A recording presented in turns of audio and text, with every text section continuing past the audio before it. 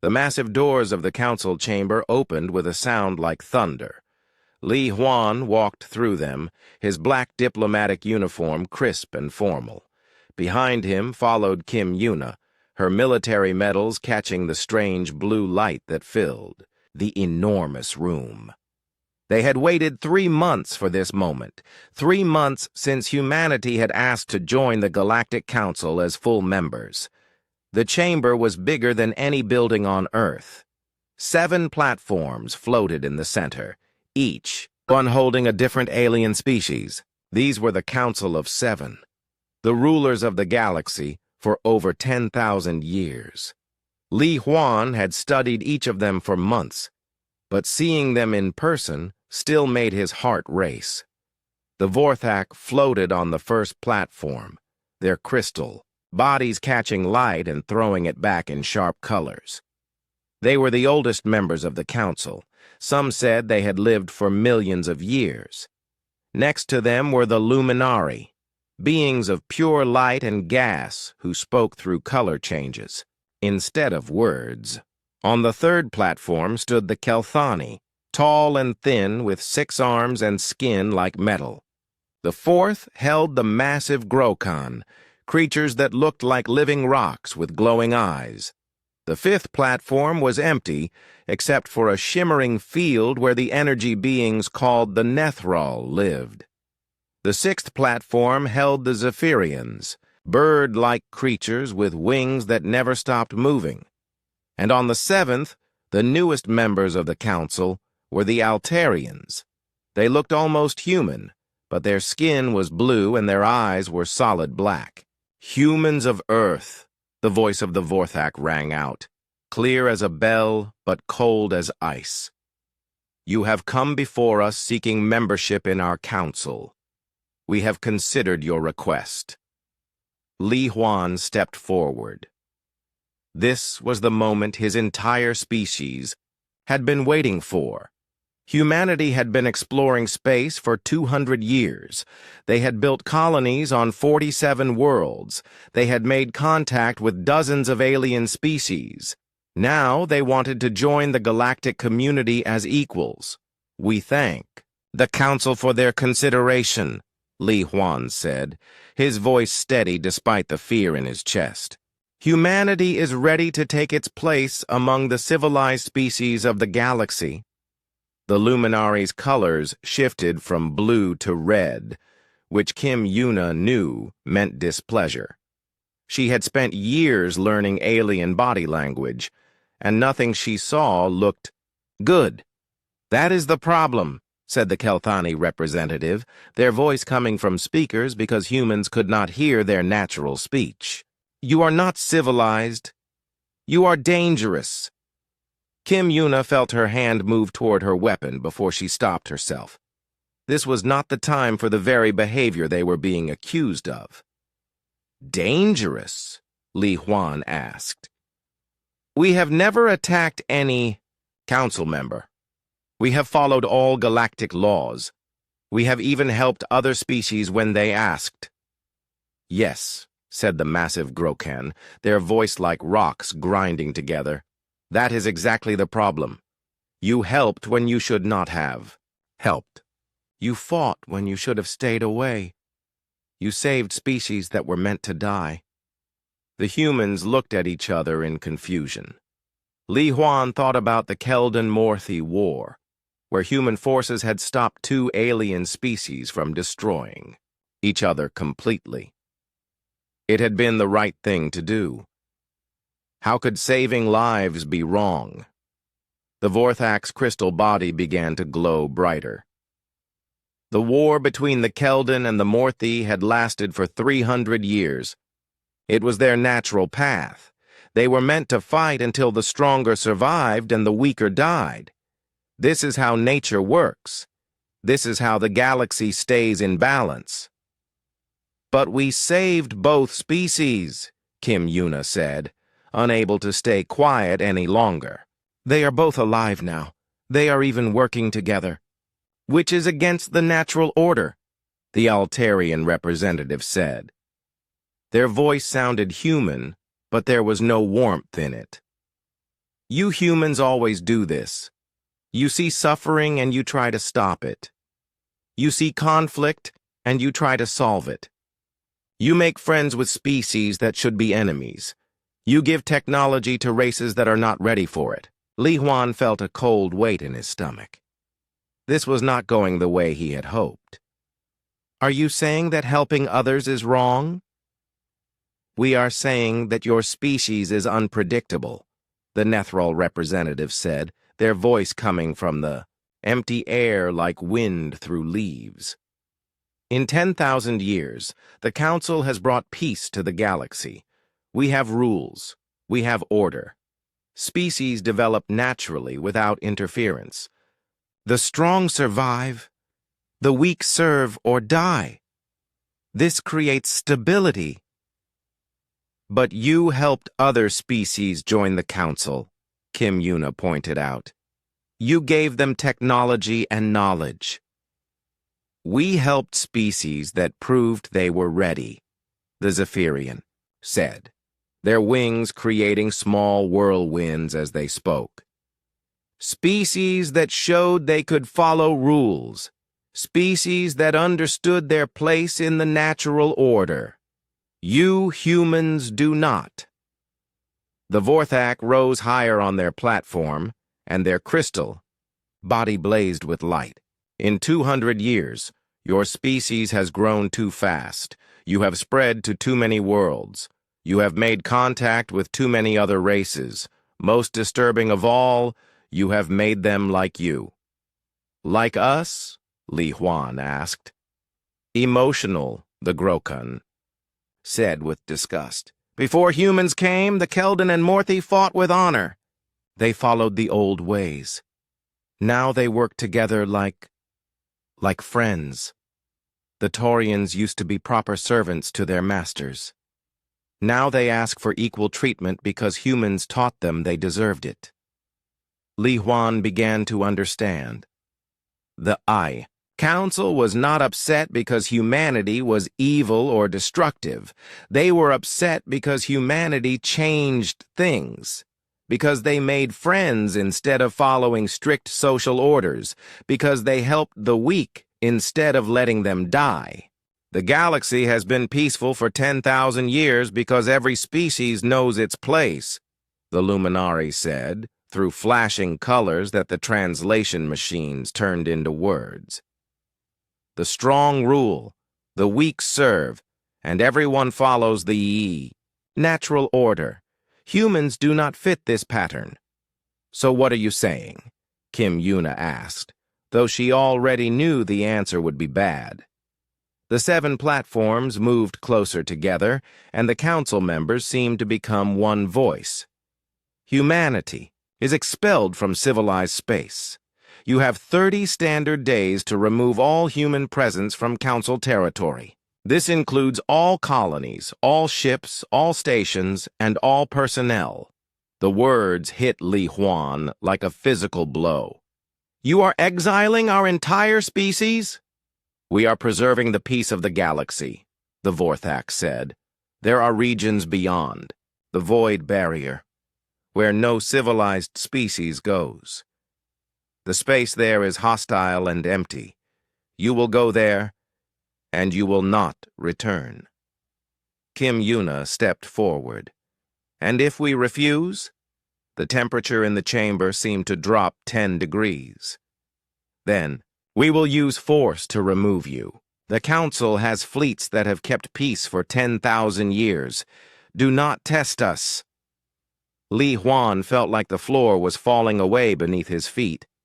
In one day, humanity had gone from hoping to join the galactic community to being cast out of it entirely, all because they cared too much, helped too much, and refused to let others suffer when they could prevent it. The decision is final, the Council said together. Humanity will leave civilized space and never return. The galaxy will return to its proper order. The massive doors opened again. The meeting was over. As Li Huan and Kim Yuna walked out, they knew that everything had changed. Humanity was alone again, cast out by the very qualities that made them human. Park Jimin stared at the numbers on his screen and rubbed his tired eyes. 847 colonies, 463 space stations, 12 major shipyards, 300 million humans scattered across Council space, all needing to be moved in 30 days. It was impossible. "Sir?" His assistant, a young woman named Ko Yunbi, stood in the doorway of his office. "The emergency assembly is ready for your report." Park Jimin nodded and picked up his datapad. As head of the colonial administration, it was his job to tell humanity's leaders just how impossible their situation was. He walked through the corridors of Luna Station, humanity's government center orbiting Earth's moon. Every face he passed looked worried and scared. The assembly hall was packed. Representatives from every human colony and major corporation were there, either in person or through hologram. At the center of the room, a large display showed the galaxy with human territories marked in blue. It was a lot of blue, spread across thousands of light years. "Ladies and gentlemen," Park Jimin began, "I will not lie to you. What the Council is asking is nearly impossible. We have 30 days to evacuate 847 worlds. Even if we use every ship we have, civilian and military, we can maybe move half our people in that time." The room erupted in angry voices. Representatives shouted questions and demands. Park Jimin raised his hand for quiet. "However," he continued, "we do have options. We can abandon the outer colonies first and focus on the core worlds. We can leave behind everything that cannot be easily moved and focus on saving lives. And we can ask the Council for more time." "They will not give us more time," said a voice from the back. Everyone turned to see Choi Min-ho walking down the center aisle. He was humanity's best expert on void space, the dangerous region beyond civilized territory. His white hair was messy and his clothes looked like he had been working for days without sleep. "The Council wants us gone," Choi Min-ho said as he reached the front of the room. "But I have a better idea than running back to Earth with our tails between our legs." He activated the large display, and the image of the galaxy changed. Now it showed the void barrier, a region of space marked in red that surrounded the civilized. Galaxy like a wall. "For 50 years I have been studying the void," Choi Min-ho said. "Everyone thinks it is empty space, too dangerous for life. But our long-range sensors have found something interesting. There are structures out there. Big ones, and they are artificial." The room went quiet. Park Jimin leaned forward. "What kind of structures?" "Unknown. But they are huge, maybe the size of moons, and they are connected by some kind of energy network. I think someone built them long ago and then left them behind." A colony representative stood up. "Are you suggesting we go into the void? That is suicide. The energy storms alone will tear our ships apart." "Not if we use the new void drives," Choi Min-ho said with a smile. "I have been working on them in secret for 20 years. They can punch through the barrier and get us to the other side safely. Most of the time." "Most of the time?" Park Jimin asked. "Maybe 70% chance of success per ship," Choi Min-ho admitted. "But if we stay here, the Council will destroy us completely. In the void, we have a chance to build something new." Before anyone could respond, alarms began ringing throughout the station. The display changed to show an incoming priority message. The face of Song Hae-un appeared, her ship's captain uniform torn and dirty. "This is Captain Song reporting from Deep Space Reconnaissance," she said. "I have just returned from a scouting mission beyond the void barrier. Dr. Choi was right about the structures. They are there, and they are incredible."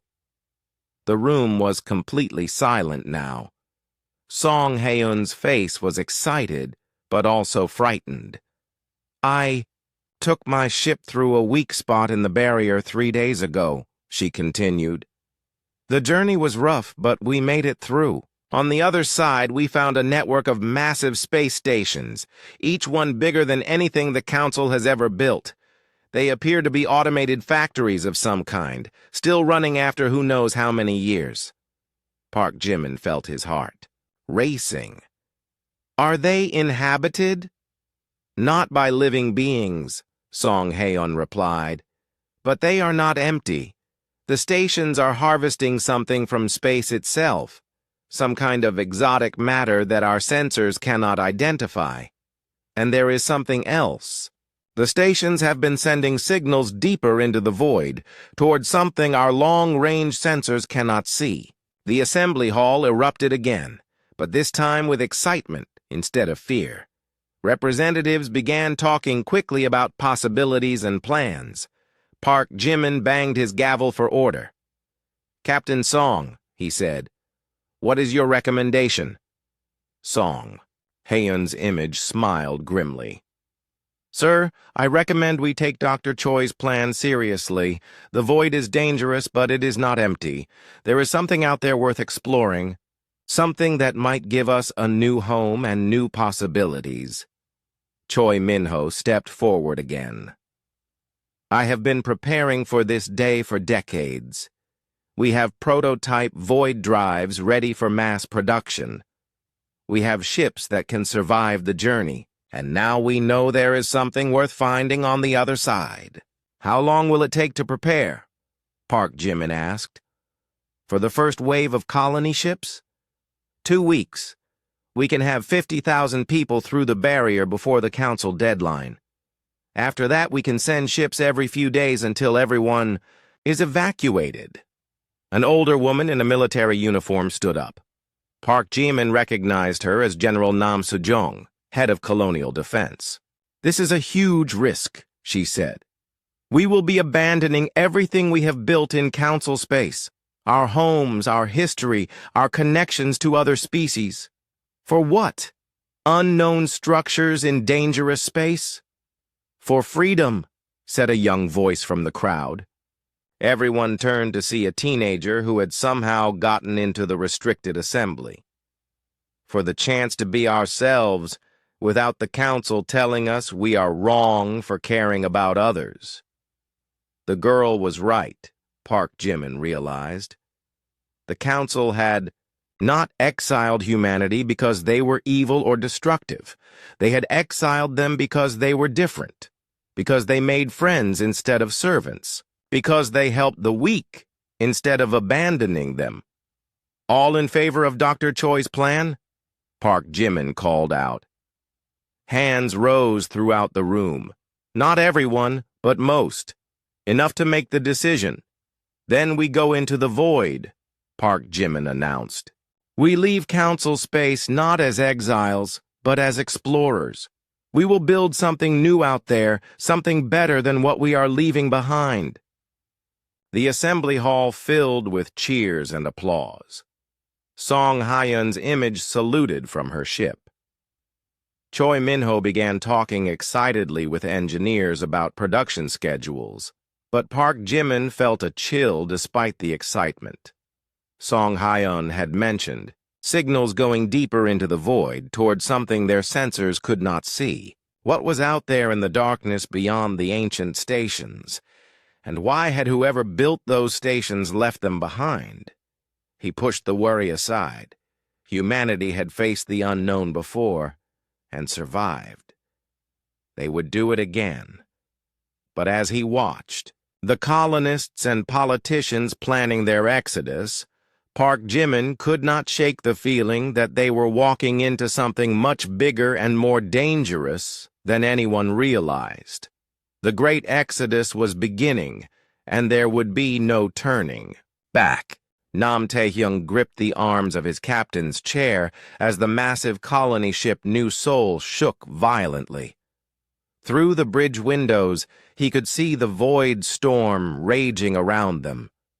Lightning that was not quite lightning crackled through space, and the stars themselves seemed to twist and bend in impossible ways.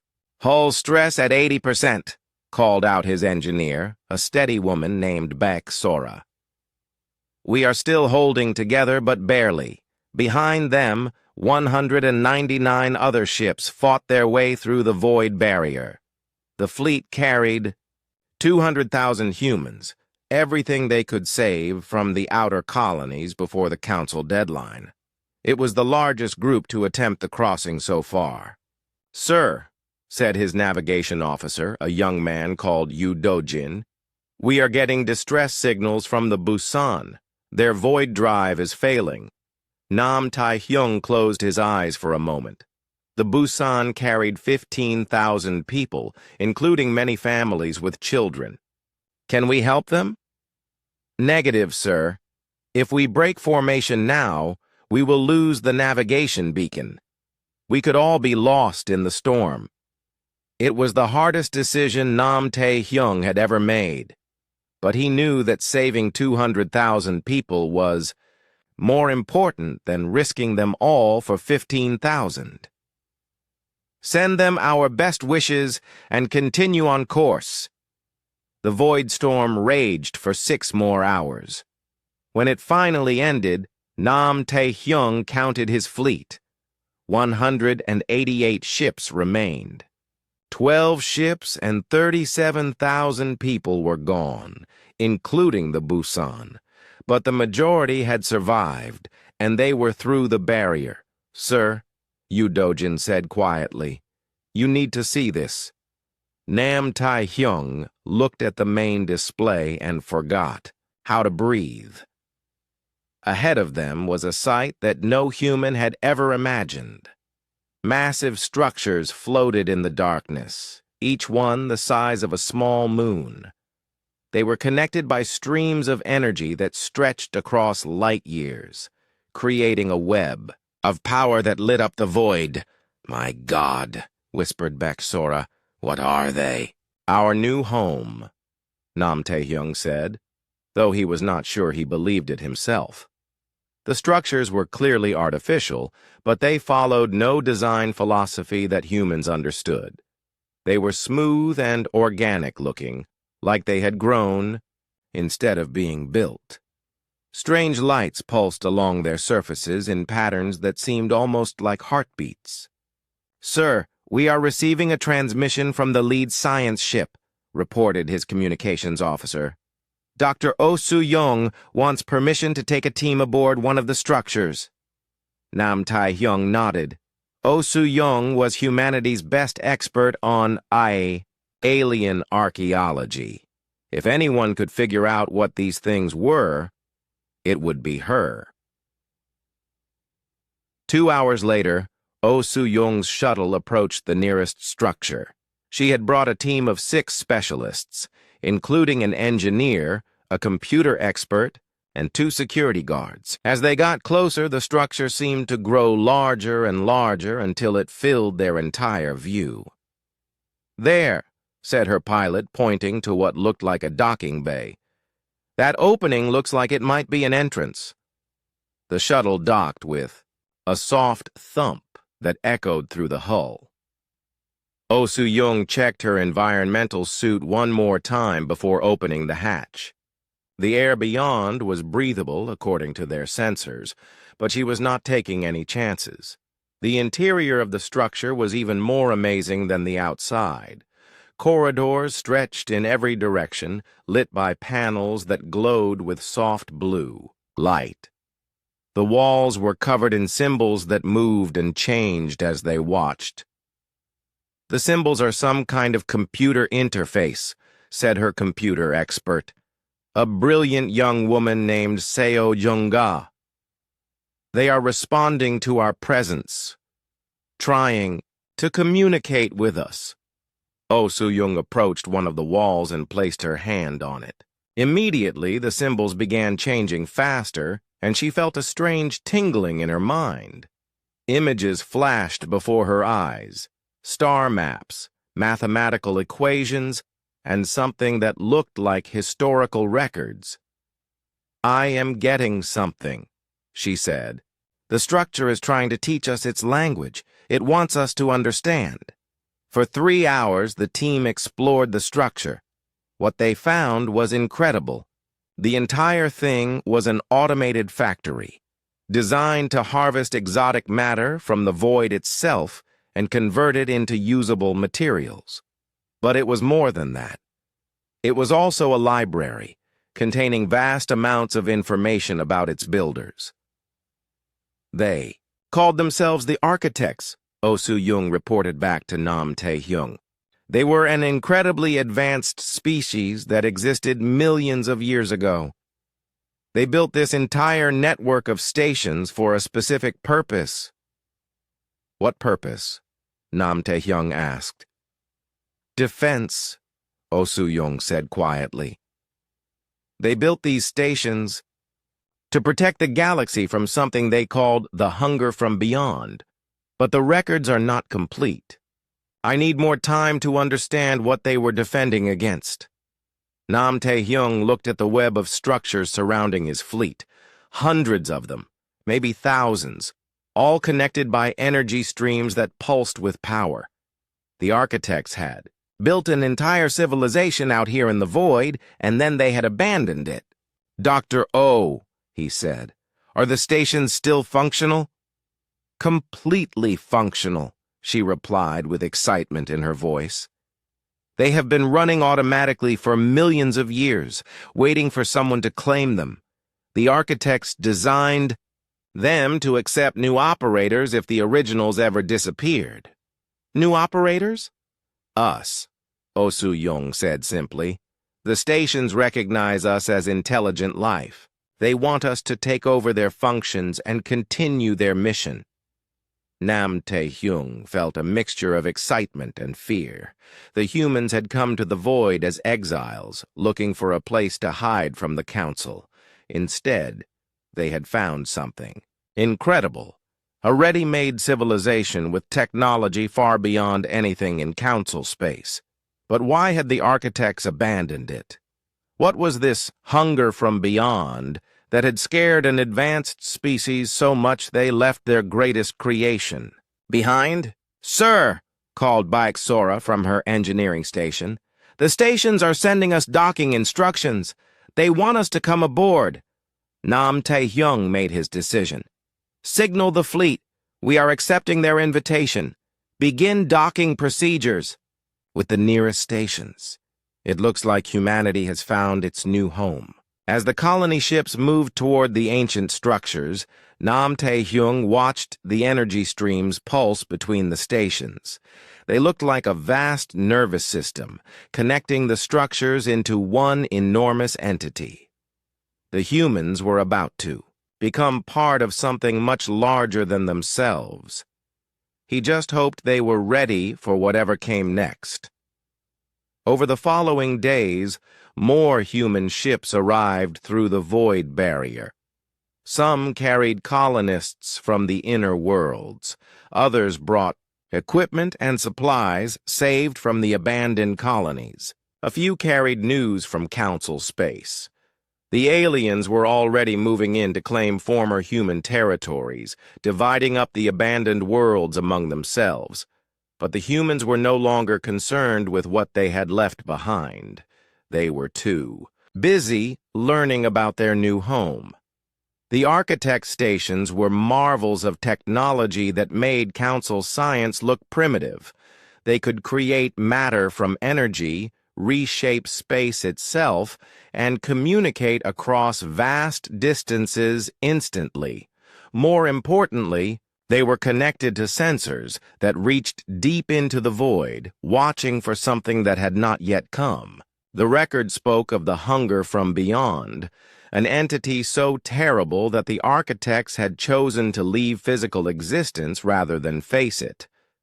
As Nam Tae-hyung stood on the observation deck of his new home, watching human children play in gardens that grew under artificial suns, he wondered if humanity was strong enough to face whatever had frightened the architects. The council had exiled them because they were too dangerous and unpredictable. Perhaps that was exactly what the galaxy needed. Lim Jae-wan stared at the flowing symbols on the wall until his eyes hurt. For 3 weeks, he had been working to decode the architect language, and finally he was beginning to understand. The symbols were not just writing, they were living, information that changed and grew as you read them. "I think I have something," he called to his team.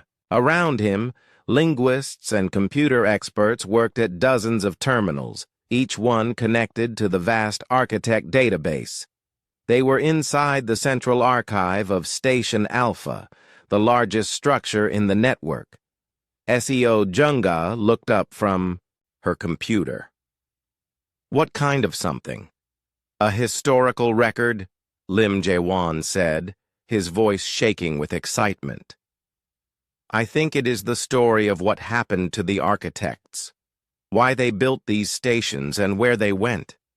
He activated the main display and symbols flowed across it like water.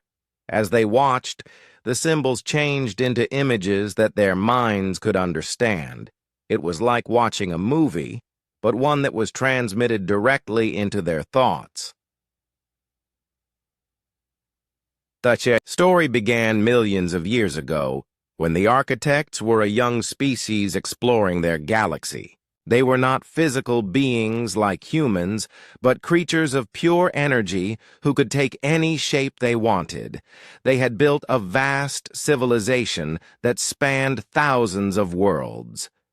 Then they discovered something terrible in the void beyond their galaxy, something they called the Devourers. The Devourers are not a single species, Lim Jae-wan read from the flowing text. They are a collective consciousness that consumes entire galaxies. They turn matter and energy into extensions of themselves, spreading like a disease across the universe. The images showed galaxies being consumed, their stars going dark one by one until nothing remained but empty space. The Devourers moved from galaxy to galaxy, leaving nothing behind but void. The architects tried to fight them, Lim Jae-wan continued. They built weapons that could destroy planets and shields that could stop time itself. Nothing worked. The Devourers adapted to every attack, learned from every defense. Young So-min, who had been elected as humanity's leader in the void, stood up from her chair. She had been listening to the translation while coordinating the settlement of 300,000 humans across 50 architect stations. "So they ran away?" she asked. "No," Lim Jae-wan said quietly. "They evolved beyond physical existence. They became something that the Devourers could not consume because they were no longer made of matter or energy in any form the Devourers could understand." The images showed the final days of the architect civilization. Their greatest minds worked together to transcend physical reality entirely, leaving behind their bodies and their technology to exist as pure consciousness in a dimension beyond space and time. "But they did not abandon their galaxy," Lim Jae-wan said. "Before they transcended, they built this network of stations as a barrier. The stations create a field that hides the galaxy from the Devourer's senses. As long as the network operates, the galaxy remains invisible." Young So-min felt a cold weight in her stomach. "Are you saying that we are now responsible for protecting the entire galaxy?" "Not just our galaxy," Seo Junga said from her terminal. "I am reading records of 17 other galaxies that the architects tried to save. The networks protecting them have all failed over the millions of years since the architects left. Our galaxy is the last one still hidden." The room went silent except for the soft humming of the architect technology. Every human in the archive understood what this meant. The Council had exiled humanity because they thought humans were too dangerous. But the real danger was out there in the deep void, and humanity was now the only thing standing between it and everything they had ever known. "There is more," Lim Jae-wan said. The stations have been monitoring the void for millions of years, watching for signs that the Devourers have found us. According to the sensors, something has changed in the last few decades. The Devourers are getting closer. Young Somin walked to one of the archive terminals and placed her hand on it. The architect interface responded to her touch, showing her star maps that stretched across the entire universe. She could see the dark zones where galaxies used to be, all consumed by the Devourers, and she could see the movement patterns that suggested they were searching for the last hidden galaxy. "How long do we have?" she asked. "The computer estimates between 50 and 100 years before they break through the barrier," Lim Jae-wan replied. "Maybe less if something draws their attention to us." Young Somin thought about the irony of their situation. Humanity had been cast out by the Council for being too aggressive and unpredictable. Now those same qualities might be the galaxy's only hope. The Council species were too civilized, too orderly, too set in their ways to adapt to a threat like the Devourers. But humans specialized in impossible situations. "What do the records say about fighting them?" she asked. "The architects tried everything," Seo Junga said. "Conventional weapons, exotic physics, reality warping technology. The Devourers adapted to all of it. The only thing that worked was transcending physical existence entirely." "But we cannot do that," Young So-min said. "We are still physical beings. We still need food and air and gravity." "Actually," Lim Jae-wan said with a strange smile, "the architects anticipated this problem. The stations are not just defensive barriers. They are also evolution chambers, designed to help other species develop beyond their physical limitations." He activated another display showing technical specifications that hurt to look at directly. The architect technology could enhance human abilities in ways that seemed impossible. Enhanced intelligence, expanded consciousness, even the ability to exist partially outside normal space-time. "The process is voluntary and gradual," Lim Jae-wan explained. "Humans who choose it would slowly develop new abilities while remaining essentially human, but it would take generations to complete. And we do not have generations." Young So-min looked around the archive at her fellow humans. They were scientists and linguists, not soldiers or heroes, but they were also the descendants of a species that had climbed out of caves to reach for the stars. If anyone could find a way to fight an impossible enemy, it would be humanity. "Send a message to all station commanders," she said. "I want every human settlement to begin training with architect technology immediately. We need to learn everything these stations can teach us." "What about the Council?" asked Seo Junga. "Should we warn them about the Devourers?" Young So-min thought about the Council's reaction to humanity's request for membership. They had been so certain that their way was the only way, so confident that their 10,000 years of peace made them wise. Not yet, she decided. They would not believe us, and they might try to shut down the barrier network thinking it was dangerous. We need to be ready to protect them whether they want our protection or not. Over the following weeks, reports came in from stations throughout the network. Human scientists were learning to use architect technology at an incredible rate. The stations seemed to respond to human curiosity and adaptability, revealing secrets that had been hidden for millions of years. But the most important discovery came from the deep void sensors. Lim Jae-wan was working late one night when the alert came in. The sensors had detected something moving in the darkness between galaxies, something vast and hungry that had noticed a flicker in the barrier network. The Devourers had found them. Jung, Soman stood on the observation deck of Station Alpha and looked out at the web of energy that connected hundreds of ancient structures. Somewhere in the darkness beyond, an enemy that had consumed entire galaxies was turning its attention toward the Milky Way. The Council had exiled humanity for being too dangerous to live among civilized species. Soon, they would discover that humanity's dangerous nature was the only thing that could save them all.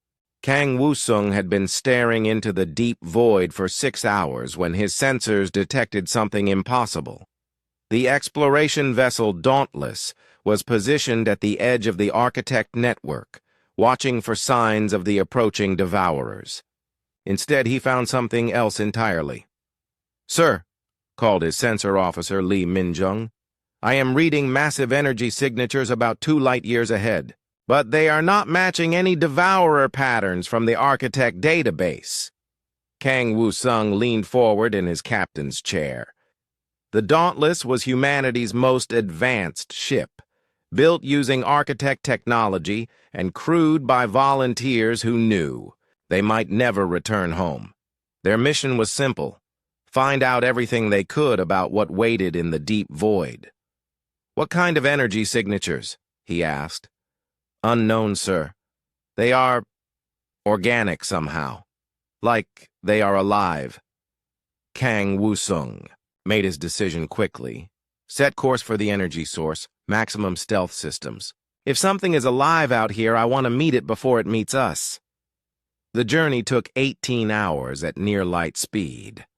As they approached the coordinates, the Dauntless sensors began detecting structures that were unlike anything in the Architect network. These were not artificial constructions, but rather living formations that pulsed with their own internal light. "My God," whispered his science officer, Park Hye-jin, as the main screen showed their destination. "What are those things?" Floating in the void were creatures the size of cities. They looked like jellyfish made of starlight, with tendrils that stretched for kilometers. Their bodies were translucent and filled with patterns of light that shifted and changed like thoughts made visible. "Sir, they have noticed us," Lee Minjung reported. "The nearest creature is changing course to intercept." "Raise shields, but do not charge weapons," Kang Wusung ordered. "Let us see what they want." The massive creature approached slowly, its tendrils moving in what seemed like a greeting gesture. As it came closer, the crew of the Dauntless could see that it was incredibly old. Its body was marked with scars that looked like the tracks of cosmic rays, and its light patterns had the deep complexity that came from eons of existence. Suddenly, the bridge filled with a voice that seemed to come from everywhere at once.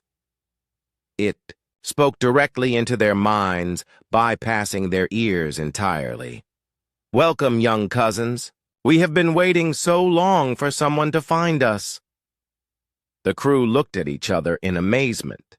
Park Hye-jin checked her instruments frantically. "Sir, the creature is communicating through quantum fluctuations in our brain chemistry. It is not telepathy exactly, but something similar." "We are the remnants," the voice continued. "The last physical descendants of those you call the Architects. We chose to remain in this form to watch for the hunger that comes from beyond," Kang Wusung found. His voice. "You are connected to the Architects? We have been living in their stations, learning their technology?" "Yes, we know. We felt the stations awakening when your species arrived. The Architects designed them to respond to intelligence and curiosity, qualities your kind possesses in great measure." "Why did you stay?" Park Hye-jin asked. "Why did you not transcend like the others?" The patterns of light within the creature shifted to deeper, sadder colors. "Someone had to remain to warn the next species that would inherit the burden. The transcended ones exist beyond time and space, but they cannot easily communicate with physical beings. We stayed to be the bridge between what was and what must be. Kang Wusung felt a chill run through him. The burden? You mean fighting the Devourers? The Devourers are not just destroyers, the Remnant explained. They are the universe trying to return to a state of perfect entropy. They consume complexity and consciousness, turning everything back into simple uniform void. They are not evil in any way you would understand. They are simply the end of all stories. The creature moved closer, and its tendrils brushed against the hull of the Dauntless. Where they touched, the ship's systems began to resonate with new information. The architects fought them for millions of years and learned much. The Devourers cannot be destroyed by force because they adapt to every weapon and every strategy. They cannot be reasoned with because they do not think as individuals. They cannot be escaped because they will pursue any source of complexity across the entire universe. Then how can they be stopped? Kang Wusung asked. They cannot be stopped, the Remnant said simply. But they can be redirected. The architects discovered that the Devourers follow paths of least resistance. They consume galaxies that are easy to find and easy to digest. Complex, chaotic, unpredictable systems require more energy to process. Park Hee-jin leaned forward.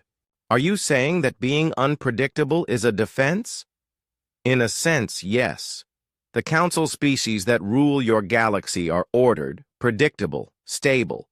They would be easily consumed because they follow patterns the Devourers have encountered millions of times before. But your species is different. The light patterns within the creature began to pulse faster, almost excitedly. In all our observations, we have never encountered a species quite like yours. You make friends with your enemies. You help those who should be competitors. You take impossible risks for no logical reason. You create chaos wherever you go, not from malice, but from compassion. Kang Wusung thought about the Council's reasons for exiling humanity. Too unpredictable, too emotional, too willing to interfere with the natural order. The Council cast us out because of those qualities, he said. And in doing so, they may have saved the galaxy, the Remnant replied. Your species has been placed in exactly the position where it can do the most good. You control the barrier network that hides the galaxy.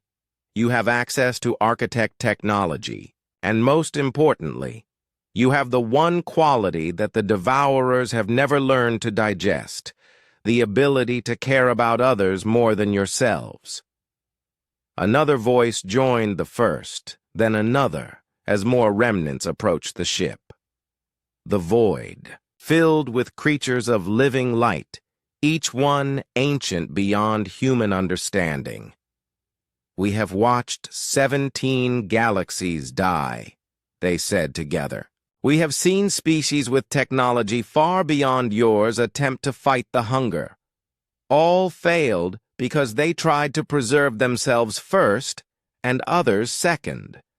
The Devourers turned that instinct against them, using their self-preservation to predict their actions. But humans do the opposite, Park Hee-jin said with sudden understanding. We often put others first. Exactly. And that makes you unpredictable in a way the Devourers have never encountered. They cannot model a species that consistently acts against its own apparent interests for the benefit of others. Kang Wusung felt the weight of what the remnants were telling him. Humanity had not been exiled from civilized space. They had been positioned for the most important mission in galactic history. What do you need us to do? He asked. Learn everything the stations can teach you. Prepare your people for a war, unlike any in the history of the universe. And most importantly, remain true to the qualities that make you human. The moment you become predictable, you become digestible. The nearest remnant extended a tendril toward the ship, and Kang Woo-sung felt information flowing directly into his mind. Star charts showing the Devourer's approach, technical specifications for weapons that existed partially outside normal space-time, and something else, a sense of hope that he had not felt since the exile began. "We will help you prepare," the remnants promised. "We have waited millions of years for a species that could inherit the architect's legacy and improve upon it. The transcended ones chose to leave physical existence behind, but perhaps that was not the only solution. Perhaps the universe needs guardians who remain connected to physical reality." As the Dauntless prepared to return to the architect stations with this incredible news, Kang Woo-sung looked out at the remnants floating in the void. They had given up transcendence to remain as watchers and guides, sacrificing their own evolution for the good of others. It was exactly the kind of thing humans would do. "Send a priority message to Station Alpha," he told his communications officer. "Tell them we have found allies, and that everything is about to change." The deep void no longer seemed empty and hostile.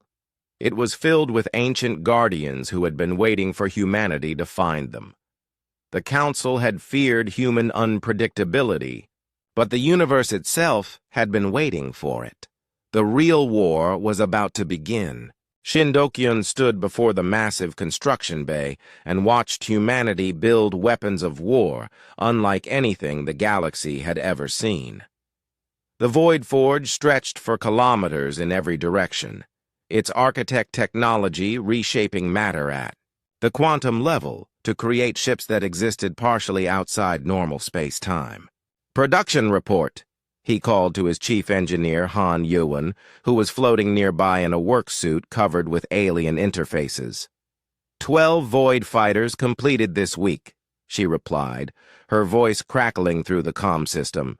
23 planet-killer missiles ready for deployment, and the first reality anchor shield generator is almost online.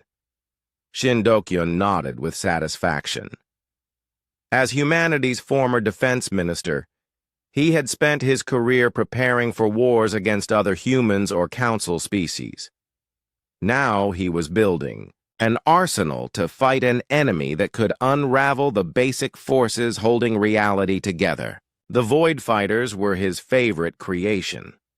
They looked like normal human spacecraft from the outside, but inside they contained architect technology that allowed them to phase in and out of normal space.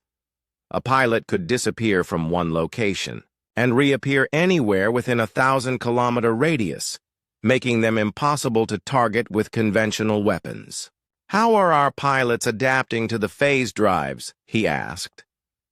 "Better than expected," Han Yuan said as she guided a massive piece of equipment into place with her suit's manipulator arms. "Humans seem to have an intuitive understanding of nonlinear space. The remnants say they have never seen a species adapt to multidimensional thinking so quickly. That was the strangest part of humanity's preparation for war. Every piece of architect technology they tried to use worked better in human hands than it had for its original creators. The remnants claimed it was because humans thought in chaos rather than patterns, making them naturally suited for weapons that broke the normal rules of physics." "Sir?" called a voice from the command center. Shin Do-kyun turned to see Bai Ji-young, his chief strategist, approaching with a datapad in her hands. "We have a problem." Bai Ji-young had been humanity's best military planner even before the exile. She had the rare gift of being able to think like the enemy, to predict their moves and counter them before they happened. But the Devourers were unlike any enemy she had ever studied. "What kind of problem?" Shin Do-kyun asked.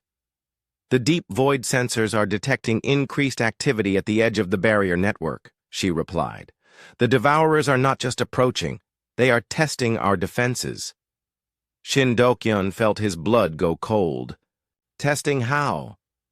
Small probes, maybe the size of asteroids. They phase into the barrier field, analyze its structure, then phase out before our sensors can get a lock on them. They are learning how the architect network functions. This was exactly what Shin Dok-yun had been afraid of. The Devourers were not mindless destroyers. They were intelligent, adaptive, and patient. They would study humanity's defenses until they found a weakness, then strike with overwhelming force. How long before they are ready to attack?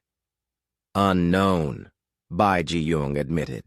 But based on their probe frequency, I estimate we have between 6 months and 2 years. Shin Dok-yun looked back at the Void Forge and did quick calculations in his head. At current production rates, they could have maybe 1,000 ships ready in 6 months. The Devourers had consumed entire galaxies. They would have resources beyond human imagination.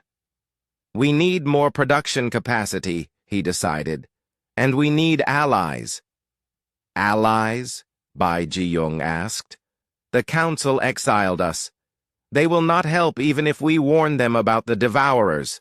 Not the Council, Shin Dok-yun said with a grim smile. The species that the Council has been oppressing for 10,000 years. The ones who serve as laborers and soldiers while the Seven make all the decisions.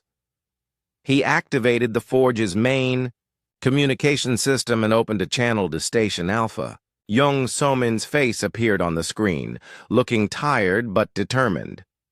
Somin, he said, I need you to authorize a covert mission back to Council space. We need to make contact with the Taurians, the Yelani, and the other servant species. If they knew what was coming, some of them might be willing to help. Young Somin was quiet for a moment, considering the risks. Any human caught in Council space would be arrested or killed. But if the Devourers broke through, everyone in the galaxy would die anyway. Approved, she said finally. But be careful. If the Council discovers what we are doing, they might try to shut down the barrier network. Meanwhile, Han Yewon was working on her own solution to the numbers problem. Deep in the Void Forge's research section, she was studying architect manufacturing techniques that could create automated shipyards. The technology was incredibly complex, requiring her to think in 12 dimensions simultaneously, but she was making progress. The key is recursive self-improvement, she explained to her team of engineers. We build a factory that builds factories that build factories. Each generation becomes more efficient than the last. Her assistant, a young man named Kim Hyun-woo, looked skeptical. Will it work fast enough? Even with exponential growth, we might not have enough ships before the Devourers attack. Then we make fewer ships but make them count more, Han Yewon replied. She activated a holographic display showing her latest design. A battleship that was more architect technology than human engineering. The ship could exist in multiple dimensions at once, allowing it to fire weapons from angles that did not exist in normal space. Its hull was made of programmable matter that could reshape itself to deflect attacks. Most importantly, it carried a weapon that the remnants had helped her design, a reality bomb that could erase sections of space-time from existence. One of these ships could destroy a planet, Kim Hyun-woo said in amazement. One of these ships could destroy a solar system, Han Yewon corrected. But the Devourers have consumed entire galaxies. We need to think bigger. She began working on her masterpiece, a weapon that the architect records called a dimensional cascade warhead. It would create a chain reaction in space-time itself, turning the Devourers' own mass against them. The calculations made her head hurt, but she pressed on. While the engineers worked on ships and weapons, Ryu Min-jae prepared for the most dangerous mission of all. He had volunteered to return to Council space and make contact with the oppressed species. It was a suicide mission, but someone had to try. Remember, Shin Dok-yun told him as he prepared to board a stealth ship, do not try to convince the Council itself. They will never listen.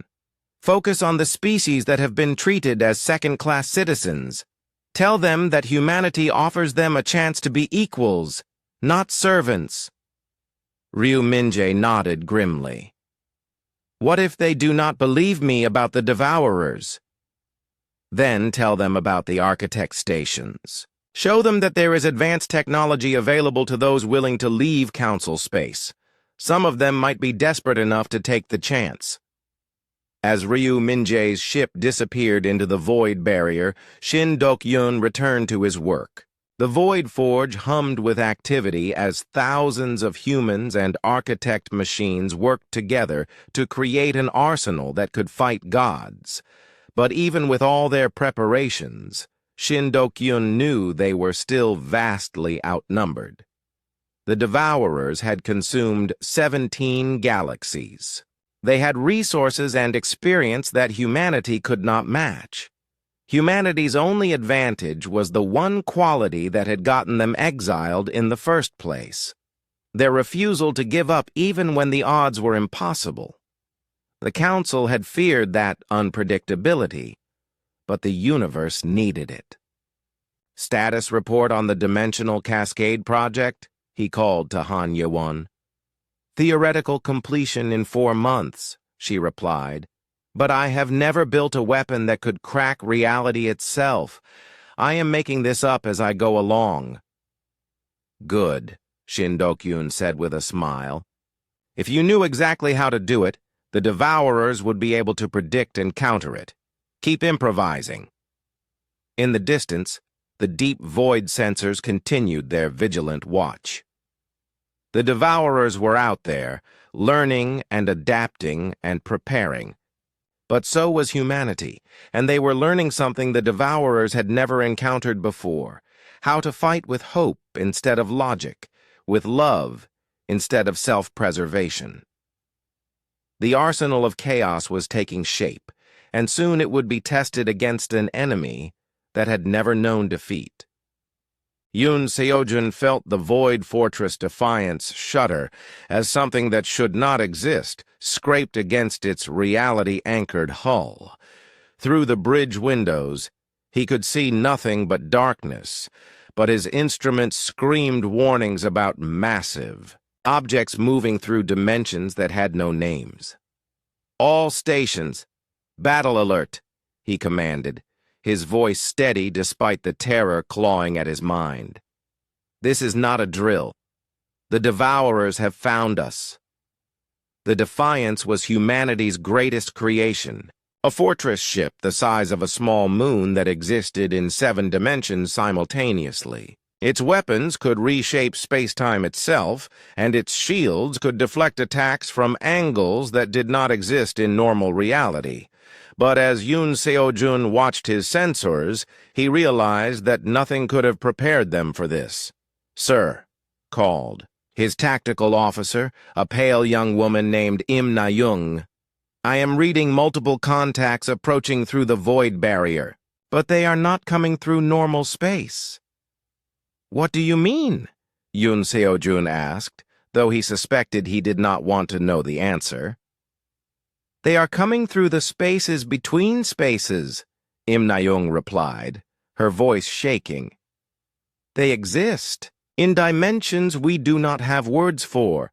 The Architect's sensors are barely detecting them. Yoon Seojun activated the fortress's main display, and what he saw made his blood freeze. The Devourers were not ships or creatures in any sense that humans understood. They were vast geometries of hunger that moved through the deep structure of reality itself. They looked like mathematical equations made flesh, if flesh could exist in 12 dimensions at once. How many? He asked quietly. Unknown, sir. They do not have discrete boundaries. I think they might all be parts of the same entity. This was what the remnants had warned them about. The Devourers were not a species or an army. They were a single consciousness that existed across multiple galaxies, consuming everything in their path and incorporating it into their own vast being.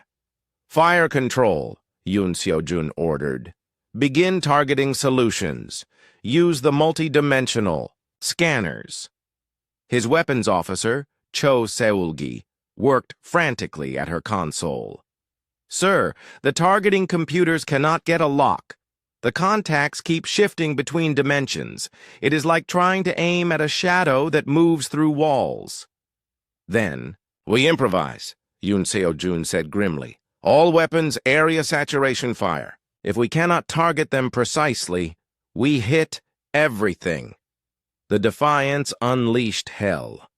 Reality bombs exploded in patterns that turned space inside out. Dimensional cascade missiles created chain reactions in the fabric of existence itself. Void cannons fired streams of weaponized nothingness that erased anything they touched from the universe. For a moment, Yoon Seo-jun thought they were winning. The massive geometries of the Devourers flickered and wavered under the assault. But then they began to adapt. "Sir," Im Na-young reported with horror in her voice, "they are learning from our attacks. Each weapon we fire becomes less effective than the last." Yoon Seo-jun watched in fascination and terror as the Devourers' forms shifted and changed. They were literally evolving defenses against humanity's weapons in real time, turning each attack into information that made them stronger. "All ships in the defense grid, randomize your firing patterns," he commanded. "Do not use the same weapon twice. Keep them guessing." Across the void barrier, hundreds of human ships joined the battle.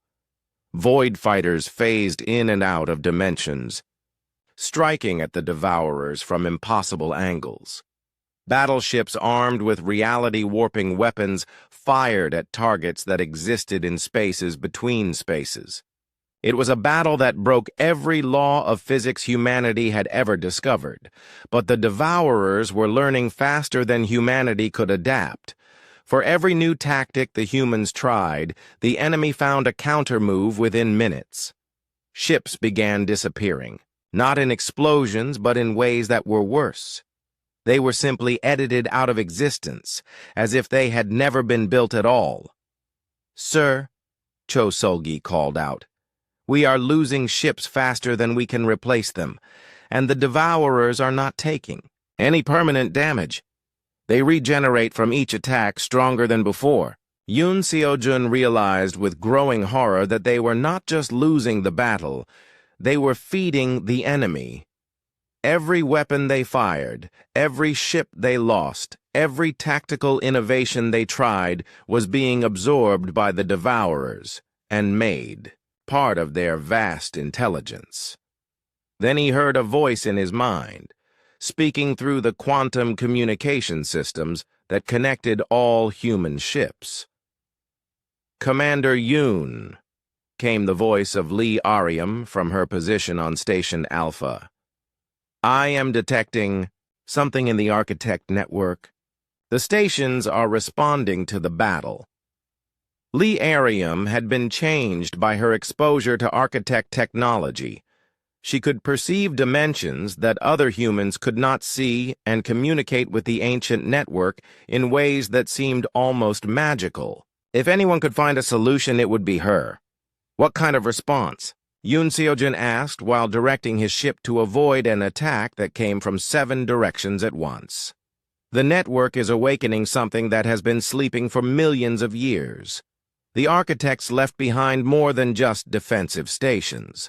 They left behind a consciousness, a guardian mind that was designed to activate when the Devourers finally found the galaxy. Can it help us?" "It is trying to communicate, but the process is overwhelming my mind.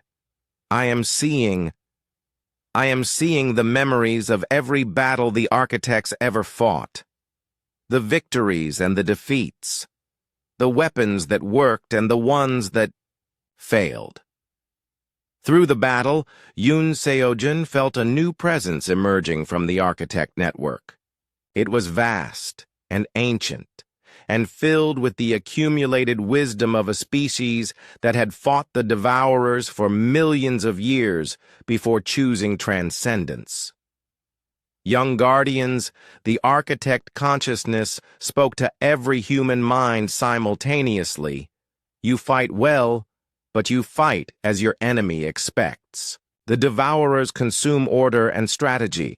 They digest logic and planning. You must become the opposite of everything they understand. How? Yoon Seojin asked as another wave of ships vanished from existence. Chaos, the Architect mind replied. Pure, beautiful, impossible chaos. Do not think. Do not plan. Simply act on instinct and emotion. Let every captain choose their own targets. Let every pilot follow their heart instead of their training. Become completely unpredictable. It went against everything Yoon Seojin had learned about military strategy. Battles were won through coordination and planning, not through random action. But as he watched the Devourers adapt to every tactical move humanity made, he realized that conventional thinking would never work against an enemy that consumed conventional thinking. All ships, he broadcast, new orders, forget your training, forget your targets, follow your instincts. If you feel like attacking something, attack it. If you feel like retreating, retreat. If you feel like doing something impossible, do it. Make no sense. Be completely random. The change was immediate and dramatic. Human ships began moving in patterns that defied military logic. Some attacked head-on while others ran away. Some fired everything they had while others held back. Some tried to ram the Devourers while others attempted to hide behind them, and for the first time since the battle began, the Devourers hesitated. They cannot predict chaos, Lee Ariam reported, with wonder in her mental voice. They can adapt to any strategy, but they cannot adapt to the complete absence of strategy. The battle turned into something that looked more like a cosmic dance than a military engagement. Human ships moved like schools of fish, responding to each other's emotions rather than orders. They attacked and retreated based on feelings rather than tactics, and slowly, impossibly, they began to win. The Devourers' perfect adaptability became a weakness when there was nothing logical to adapt to. Their vast intelligence was useless when faced with pure emotional chaos. But the victory came at a terrible cost. Hundreds of ships were lost, and tens of thousands of humans died. The void barrier itself was damaged, allowing the Devourers to establish a foothold in normal space. As the surviving enemy forces retreated to regroup, Yoon Seojin looked at his damage reports and realized the truth. This had not been the real battle. It had been a probe, a test to see what kind of defenses humanity could mount. The real war was just beginning. The Devourers are learning, the Architect consciousness warned. They will adapt to chaos just as they adapted to order. You have bought time, but not much. How much time? Yoon Seojin asked. Enough to prepare for the final battle, but when they return, they will bring the full force of their collective intelligence. Everything they have learned from consuming 17 galaxies will be turned against you. As the Defiance limped back toward the Architect stations for repairs, Yoon Seojin realized that humanity's greatest test still lay ahead.